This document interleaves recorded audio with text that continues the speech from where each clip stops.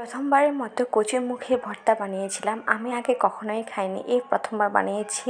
আর অনেক বেশি মজা হয়েছে। বেশিরভাগ শুকনো মরিচ আর সরষের তেলের একটা কড়া স্মেল আসে, খেতে খুবই টেস্টি গরম গরম ভাতের সাথে।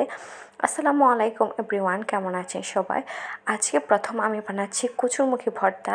অনেকগুলো কচুরমুখী ছিল, ভাবলাম আজকে একটু প্রথমবার মতো ভর্তা বানিয়ে দেখি। ফেসবুক ইউটিউবে আমি অনেকগুলো রিল দেখি, তো ভাবলাম আমি একটু বানিয়ে দেখি খেতে কেমন। আসলে খেতে অনেকটা আলু ভর্তার মতোই, বাট এটা একটু ডিফারেন্ট। বাট খেতে অনেকটা ওই রকমই, যদি বানাতে পারে তাহলে অনেকটা আলু ভর্তার ফ্লেভারই পাওয়া যায়।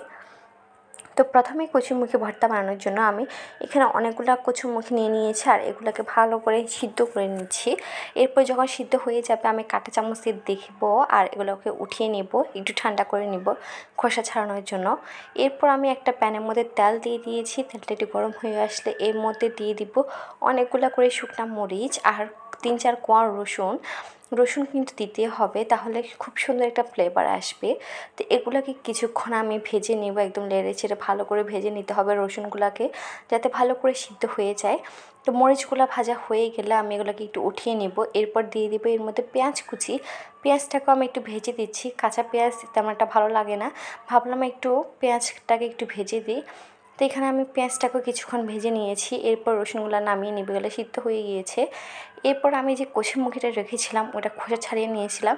তো কচুরমুখীগুলো আমি তেলের মধ্যে একটু নেড়ে নিব। তো সবগুলো কচুরমুখী আমি দিয়ে দিচ্ছি তেলের মধ্যে, একটু ভালো করে নেড়ে চেড়ে নিয়েছি। দেখেন প্রায় 3 থেকে 4 মিনিটের মতো নেড়ে চেড়ে নিয়েছিলাম। এরপর এগুলো একটা বাটির মধ্যে নিয়ে নিয়েছি। দেন এখন আমি ভর্তাটা বানাবো। ভর্তা বানানোটা কিন্তু একদম ইজি প্রসেসিং, একদম সেম টু সেম আলু ভর্তার মতো, একদম সহজেই কিন্তু বানিয়ে ফেলা যায়। তো আমি একটা বাটির মধ্যে প্রথমে শুকনো মরিচের সাথে লবণটাকে ভালো করে ঘষে নিচ্ছি।